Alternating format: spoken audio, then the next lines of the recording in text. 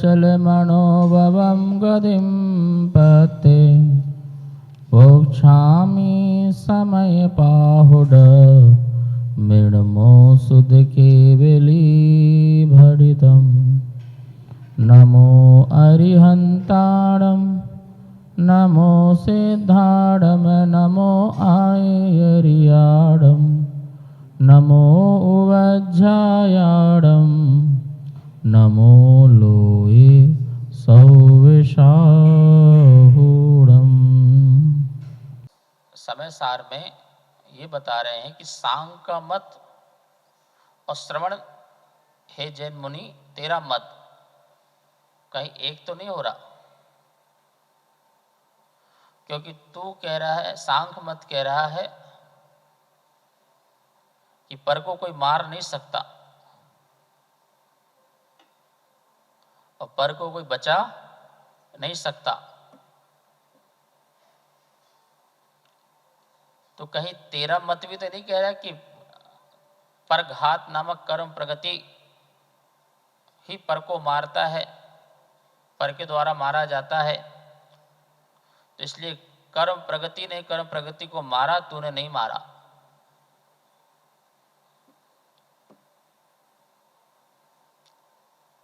तो ये तेरा मत भी सांख मत हो जाएगा, एकांकी मत हो जाएगा, हिंसक मत हो जाएगा। ये सिद्धांत सही नहीं है, बिल्कुल गलत है। इसलिए कर्म प्रगति या निमित्त होती है, हिंसा तो तू ही करता है। तू पर की हिंसा भी करता है और अपने भावों की हिंसा भी करता है। और सबसे बड़ी बात है, पर की हिंसा करने के पहले अपने भावों की हिंसा सबसे पहले करता है, अपनी हिंसा पहले करता है। किसी को मारने के पहले जो तूने विचार किया मारने का, उससे तूने अपने आत्मा को पहले मारा। किसी को कष्ट देने के पहले तू किसी को कष्ट देगा, उसके पहले तूने अपनी आत्मा को क्लेश करके स्वयं कष्ट दिया। किसी को दुख देने के पहले तुमने स्वयं अपनी आत्मा को दुखी किया है। तो इसलिए पहले व्यक्ति स्वयं हिंसक होता है, उसे हिंस कहते हैं, हिंस परिणाम, हिंस का भाव, हिंस और हिंस के भाव को धारण करने वाला हिंसक। और वो हिंसक जब कार्य करने लग जाता तो वो कहलाती हिंसा, जो पर का घात होती है। ठीक है, तो पर का घात द्रव्य हिंसा है, लेकिन तूने अपने हिंस परिणाम से अपना घात किया, तो तूने भाव हिंसा पहले तूने की। इसलिए परघात नामक जो कर्म प्रगति है वो उस समय निमित्त बनती है, ना कि परघात नामक कर्म प्रगति पर को मारती है। पर के द्वारा मैं मारा जाता हूं, ये भी परघात नामक प्रगति का निमित्त है, लेकिन वो कर्म प्रगति ही मारती है। तो फिर कर्म कर्म को मारेगा, जीव जीव को नहीं मारेगा फिर। और ये सांख मत हो जाएगा, एक पक्ष का मत हो जाएगा। और फिर तेरे मत में और उसके मत में भेद नहीं रहेगा, तो दोनों मत मिथ्या मत हो जाएंगे। हे श्रवण, तेरा भी मत मिथ्या हो जाएगा। इसलिए ध्यान रखना, आगम शास्त्र को पढ़ते समय अपनी दृष्टि खोल के रखना कि आचार्य भगवान इस समय इस गाथा में यदि ये बात कह रहे हैं तो किस दृष्टि से कह रहे हैं। क्योंकि जरूरी नहीं है कि आचार्य भगवान हर जगह हर दृष्टि को खोलें, हर दृष्टि खोल के चले। भैया मैं तो ये बात जो है व्यवहार नए से कह रहा हूं, ये बात मैं निश्चय नए से कह रहा हूं। कहीं कहीं दया आती है तो खोल भी देते हैं कि बच्चा भटक ना जाए, लेकिन हर जगह खोलते रहेंगे तो ग्रंथ का बड़ा विस्तार हो जाएगा। और कभी कभी एक दृष्टि से ही पूरा एक ग्रंथ होता है। कर्मकांड कर्म की दृष्टि से है, निमित्त की दृष्टि से कथन है कि कर्म के जो कुछ होगा कर्म के उदय से होगा तेरी जिंदगी में, लाइफ में। और सुन, तुझे मोक्ष में मिलेगा तो उससे ही मिलेगा। सब कुछ किससे मिलेगा? कर्म से। तो किस पर डाला जाएगा सारा का सारा? तो एक दृष्टि ये है, जब समय सार पढ़ोगे तो बोलेगी कर्म को एक तरफ रख दो, जो कुछ भी है तू है, जो कुछ भी हूं मैं हूं, कोई कर्म अरम नहीं है, मैं हूं। मैं ही अपने को बचाता हूं, मैं ही अपने को मारता हूं, मैं ही अपने को सुखी करता हूं, मैं ही अपने को दुखी करता हूं, मैं ही संसार बसाता हूं, मैं ही संसार घटाता हूं। जो कुछ भी हूं मैं हूं। वो कौन कहेगा? समय सार। तो समय सार कर्मकांड का निषेध नहीं कर रहा और कर्मकांड समय सार का निषेध नहीं कर रहा। आचार्य की दो आंखें हैं, एक आंख कर्म को देख रही है और एक आंख तेरी शक्ति को देख रही है। एक आंख शक्ति को देख रही है तो कर्म को आंख बंद करके शक्ति वाली बात कर रहे हैं। आंख बंद है इसका ये मतलब नहीं कि कर्म कांड खत्म है। और जब शक्ति वाली बात खत्म करी, उपादान की इस बात की आंख बंद करी, तो निमित्त की बात, कर्म की दृष्टि को खोला और वो कहा कि ये। तो दोनों पक्ष को स्वीकार करने में हम तो अनेकांतवादी हो जाते हैं, सम्यक दृष्टि हो जाते हैं। लेकिन बात तो ये चल रही है कि तूने ये मान ही लिया है कि मैं तुझे मार नहीं सकता हूं। तेरी धारणा में, तेरी मान्यता में ये बैठ गया है कि भाई तू मुझे नहीं मार सकता, मैं तुझे नहीं मार सकता है। तू मुझे मारता है वो कर्म को मारता है, मैं तुझे मारता हूं तो वहां भी कर्म को मारता है। मैं मारने वाला नहीं, तू मारने वाला नहीं। जो ऐसा सांख मत है, हे अर्जुन मार दे, तू मारने वाला नहीं है।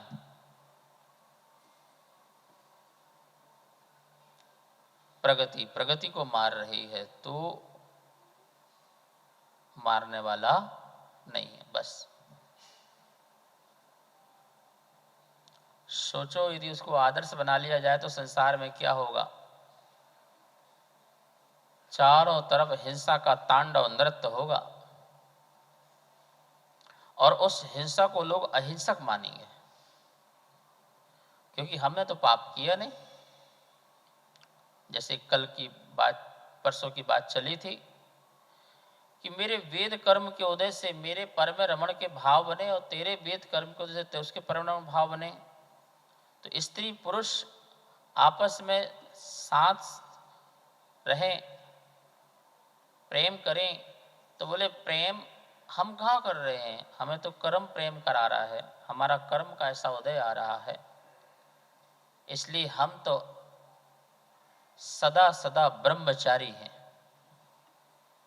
हमने अब्रह्म किया नहीं, हमने पाप किया ही नहीं, क्योंकि कर्म का उदय था, हमारे वेद कर्म का उदय था। स्त्री वेद कर्म का उदय, स्त्री तुम्हारे पुरुष वेद कर्म का उदय था, और दोनों ने वेद कर्म के उदय से प्रेम संबंध किया। तो हम तो अब्रह्म रहे, अब्रह्म नहीं रहे, हम तो ब्रह्मचारी रहे। तो क्या हो जाएगा संसार में? फिर संसार में बलात्कार जैसी कोई चीजें नहीं रह जाएंगी, अश्लीलता जैसी कोई चीज नहीं रह जाएगी,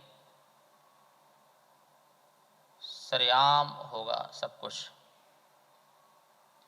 बिल्कुल त्रियंच की, पशु की भांति जीवन हो जाएगा मनुष्य का। स्वच्छंदता आ जाएगी, स्वेच्छाचारी हो जाएगा।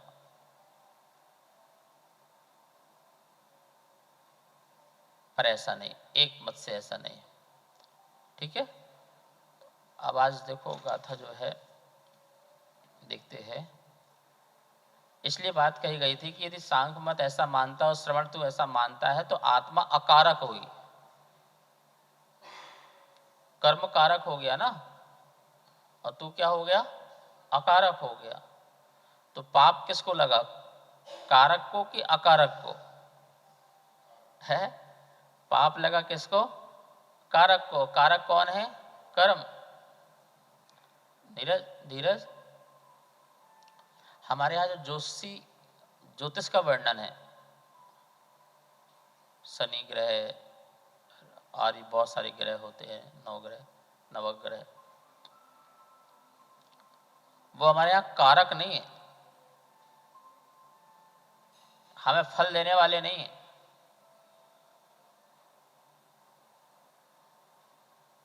यदि फल देने वाले कारक हो जाएं तो वो ईश्वरवादी की लाइन में हम खड़े हो जाएंगे, और वो कारक हमारे हो गए तो फिर हमारा कंट्रोल हमारे हाथ में नहीं है। तो क्या है वो, कारक नहीं, सूचक है। सूचक और कारक में अंतर होता है। आप रास्ते से जा रहे हो, बोर्ड लगा हुआ है, कृपया गाड़ी धीरे चलाएं, पुलिया क्षतिग्रस्त है, लिखा रहता ना, ये पुलिया जो है, ये पुल जो है क्षतिग्रस्त है, कृपया सावधानी से धीरे धीरे गाड़ी चलाएं। तो उस साइन बोर्ड ने तुम्हें क्या दिया, मात्र एक सूचना दी है। न वो तुम्हारी दुर्घटना करा रहा है, न तुम्हें दुर्घटना से बचा रहा है। हाँ, ये कह सकते हैं कि बचाने का तो उसने एक सूचना दी है। अब उस सूचना बोर्ड को तुम पढ़ने के बाद भी, एक व्यक्ति ऐसा है कि सूचना बोर्ड नहीं पढ़ा, जाकर के तेज चला रहा था, क्षतिग्रस्त हो गया, मर गया, और वहां पे मान लो उसकी क्षति हो गई, ठीक है। और दूसरा व्यक्ति ने पढ़ लिया और पढ़ने के बाद भी स्पीड से गया और उसकी भी क्षति हो गई, तो बोलो, तो उस सूचना बोर्ड ने किसी को मारा क्या? उसने तुम्हारे बचने का उपाय बताया था कि आप सावधान रहें। ऐसे ज्योतिष तुम्हें सूचना देते हैं, एक गणित है, एक चाल है, उस चाल की गणित योजना से तुम्हें सूचना मिलती है, अच्छा टाइम आने वाला है, बुरा टाइम आने वाला है। पर वो अच्छा बुरा जो टाइम आने वाला है, उसमें अच्छा बुरा तुम ही करोगे।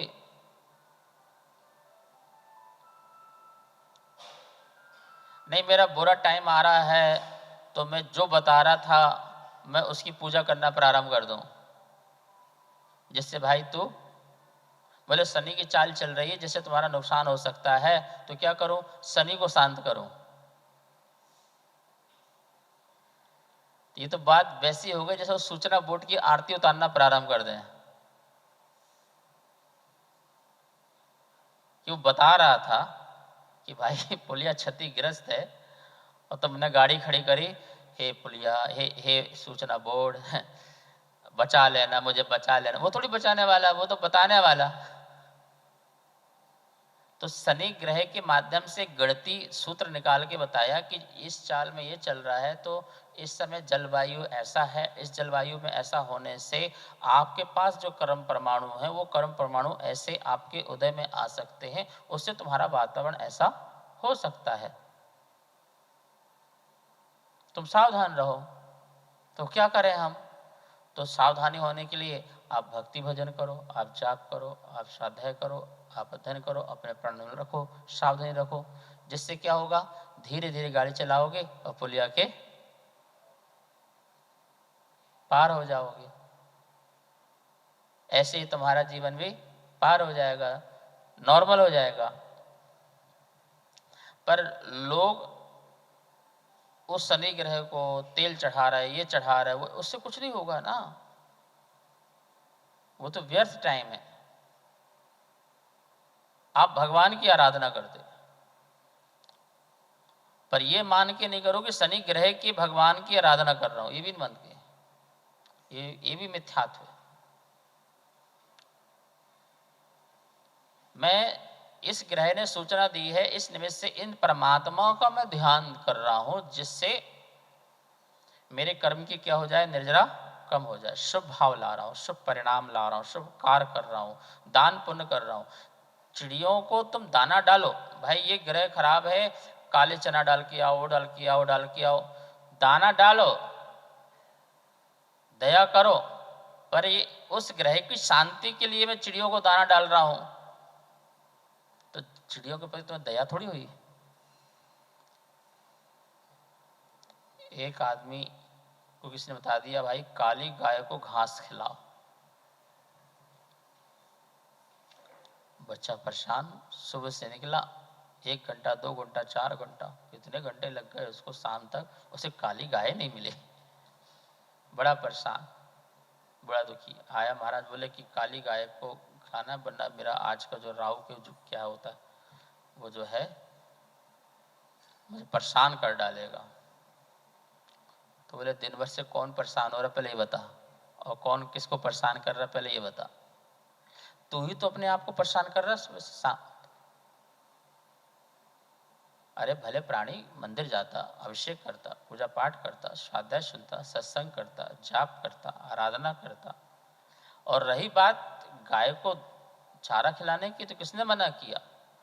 तो यहाँ से जाता, दया धर्म का पालन करता, जो भी गाय मिलती, जो भी जानवर मिलते, उन पर तो दया का पालन करता। तो तू यहाँ पर मंदिर में मुनिराजों को दान करता, बाहर जाकर के असहायों पर दया करता, और भगवान की मस्त पूजा पाठ करता। काहे का राहु, काहे का केतु।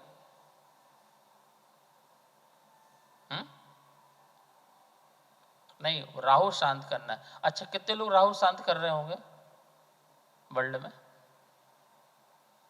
आज राहु ग्रह की दशा चल रही है, कितने लोग हैं, 1 करोड़ लोग हैं, सब राहु को शांत कर रहे हैं। टूट के नीचे गिर जाना चाहिए उसको, इतना शांत हो जाए है। अरे वो कभी अशांत हो ही नहीं। कोई भी ग्रह रुकता नहीं, अपनी चाल से चल रहे हैं। सूरज अपनी चाल से चल रहा है, उसकी जितनी भी 180 गलियां हैं, वो अपनी गलियों में ऐसे से चलते चलते चलते बढ़ता बढ़ता बढ़ता बढ़ता बढ़ता बढ़ता ये चल रहा। 6 महीने तक बढ़ता गया, और 6 महीने के बाद फिर वो घटता घटता घटता घटता घटता घटता यहाँ पहुंच गया। मेरू पर्वत को केंद्र करके ऐसे घूमना प्रारंभ किया, और बढ़ते बढ़ते बढ़ते बढ़ते जम्बू द्वीप तक के ऊपर ऐसे आया, ऐसे चला। मतलब कि ये मतलब हिमन पर्वत के ऊपर से ऐसे करते ही आगे तक पहुंच गया। और फिर 6 महीने तक, इसी को बोलते अपन दक्षिणायन और उत्तरायण सूर्य। एक में बढ़ते समय दूर पहुंच जाता है मेरू से, और 6 महीने में घटते समय मेरू के नजदीक पहुंच जाता है। वहीं तुम्हारी ठंडी हो जाती है, वहीं तुम्हारी गर्मी हो जाती है। ठीक है ना। तो उसने तो आज तक अपना रास्ता चेंज नहीं किया, अपनी चाल चेंज नहीं की। चंद्रमा हुए, बुध हुए, सारे ग्रह हुए, सारे ग्रह अपनी चाल से चल रहे हैं। अब तुम्हें क्या शांत करोगे? थोड़ा रोको भाई, थोड़ा रुक जा भाई, बहुत चल लिया, मैं नहीं चल पा रहा तेरे चक्कर में। तो ये कुछ नहीं है, ये पूरा मेथड है, गणित विज्ञान है। गणित से अपने आप को समझना, शब्दों से अपने आप को समझना, अंकों से अपने आप को समझना, स्वर से अपने आप को समझना, श्वास से अपने आप को समझना, रेखाओं से अपने आप को समझना, शरीर में तिल मांस आदि हो तो उससे अपने आप को समझना, ये निमित्त ज्ञान कहलाता। अष्टांग निमित्त होता है। 48 रिद्धि में एक रिद्धि पड़ी, अष्टांग निमित्त योग, अष्टांग निमित्त रिद्धि होती है। ये 48 रिद्धि सर वही तो है, अष्टांग निमित्त। 8 प्रकार के निमित्त होते हैं, और उस 8 प्रकार के निमित्त में एक ज्योतिष भी निमित्त है। तुम्हारा आने वाला भविष्य की सूचना देने के लिए, ये रेखा ऐसी है तो भैया धन आएगा, ये रेखा ऐसी है तो ठीक है, ये निमित्त बता रही है। ठीक है, कल से मेरे पास आ मत जाना हाथ पैर दिखाने के लिए। तो ये आपको क्या बता रही है? एक सूचना दे रही है कि हाँ, ये अनुभव का ज्ञान है कि कईयों की ऐसी चीज देखी है तो कईयों में 80% ऐसा पाया गया। सर्वे होता नहीं होता, बोर्ड क्या बोलते एग्जिट पोल का सर्वे होता नहीं होता है, तो उसमें क्या होता है, यहाँ 10,000 लोग हैं और 100 लोगों में एग्जिट पोल कर लिया, 100 लोगों से पूछ ले किसको दिया तो निकाल लियो नहीं ये जीतेगी। ऐसे हम भी एग्जिट पोल आपके निकाल रहे हैं, इतने लोग खड़े हुए हैं और हमने एक रेखा पर काम किया और सबकी वो रेखा देखी, कितनी बड़ी है, कितनी घटी है, कितनी है, दाएं हैं बाएं हैं, और इसके स्वभाव को देख करके हमने एक गणित मैठा बना दिया कि देखो भाई इतनी ऐसी बड़ी है तो इसका स्वभाव ऐसा होगा, इसकी उल्टी इसका स्वभाव ऐसा होगा, क्योंकि हमने देखा कि 100 लोगों में 10 लोगों का मैच कर रहा है वो स्वभाव। 10 लोगों का मैच कर रहा है, तो हमने इसके माध्यम से क्या निकाला, तुम्हारा भविष्य निकाला।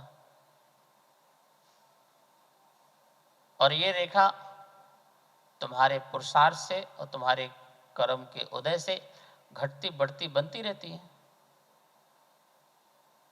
ये सब एक कैलकुलेशन है, लेकिन रेखा तुम्हारा भविष्य नहीं है, इसमें तुम्हारा भविष्य नहीं है, तुम्हारे पुरुषार्थ में तुम्हारा भविष्य है, तुम्हारे उद्यम पर तुम्हारा भविष्य है।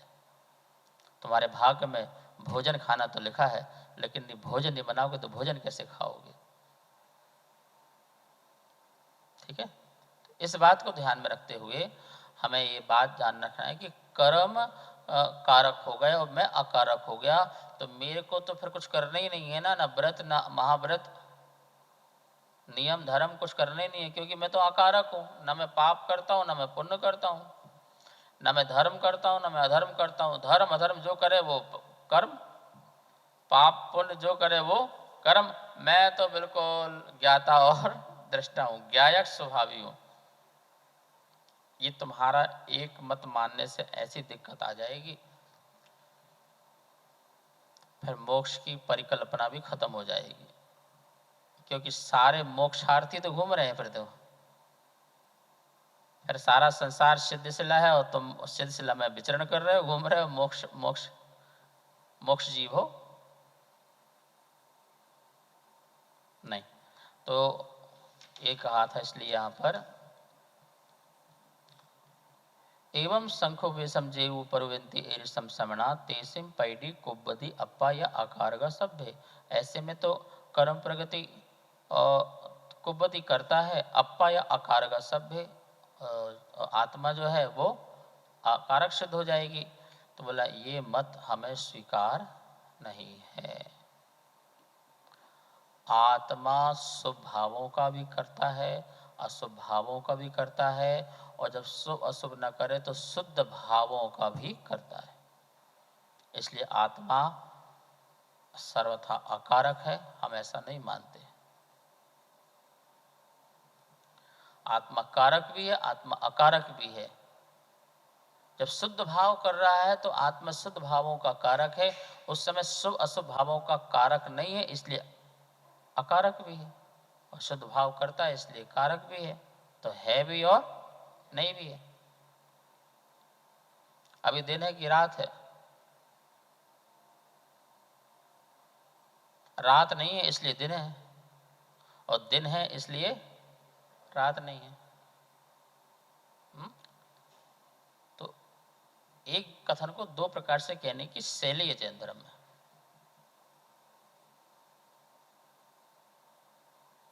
एक आचार्य बोलेंगे दिन में भोजन करना चाहिए, तो ये अस्थि हो गया। एक बोलेंगे रात्रि भोजन नहीं करना चाहिए, तो ये नास्ति हो गया। एक को हाँ से समझाया, एक को ना से समझाया, बात तो एक ही है ना। पर हम देखना चाह रहे थे कि ये व्यक्ति जो बैठा हुआ है ये अस्थि से समझ सकता है, इसलिए हमने कहा बेटा रात दिन में आहार किया करो, बस इतनी बात। हाँ पता ये मानेगा नहीं, ये ना से ही मानेगा। ऐसा मत किया करो, ऐसा मत किया करो, तो ऐसे समझाते हैं एक। और एक ये किया करो, ठीक रहेगा। तो उसको ऐसे समझा जाता है। तो दो प्रकार से बालक अलग है, उसको अलग अलग समझाना पड़ता, अस्थि से भी और नास्ति से भी। मैं सिद्ध हूं ये अस्थि है, मैं शरीर नहीं हूं ये नास्ति है। मैं ये नहीं हूं, मैं ये नहीं हूं, मैं नहीं हूं, मैं ये हूं, मैं ये हूं, तो ये दोनों प्रकार का वर्णन एक में ही चल रहा। मैं कारक भी हूं, अकारक भी हूं, मैं भेद भी हूं, अभेद भी हूं, मैं एक भी हूं, मैं अनेक भी हूं, ये सब बातें। फिर एक गाथा लेते हैं। अहवा मन्नसी मज्जम अप्पा अप्पाणम अप्पणो कुड़दी ऐसो मिच्छ सहावो तुम्हम एवं मुड़ंतस्य। 341 नंबर की गाथा अपन ने पहले से उच्चारण किया था और इसका अन्वय भी देखा था। इसका अर्थ क्या है? यदि तुम यह मानते हैं कि मेरा आत्मा अपने आत्मा को करता है तो तुम्हारा यह मानना मिथ्या भाव है। पहले इतनी लाइन समझो। आत्मा आत्मा को करता है तो दिक्कत हो जाएगी, क्योंकि आत्मा अकारक है। अच्छा ये बताओ, तुम किस कारण से आत्मा हो? तुम आत्मा किस कारण से हो? तो हम किसी कारण से आत्मा थोड़ी, आत्मा है बस, किसी कारण से थोड़ी आत्मा है। एक सरल सा प्रश्न आपके लिए। आत्मा आत्मा रहे अनंत काल तक, इसके लिए आत्मा को क्या करना चाहिए?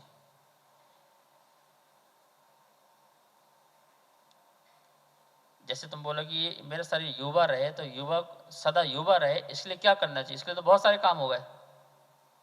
लेकिन मेरी आत्मा आत्मा ही रहे सदा, वो अनात्मा ना बने, इसके लिए आत्मा को क्या करना चाहिए?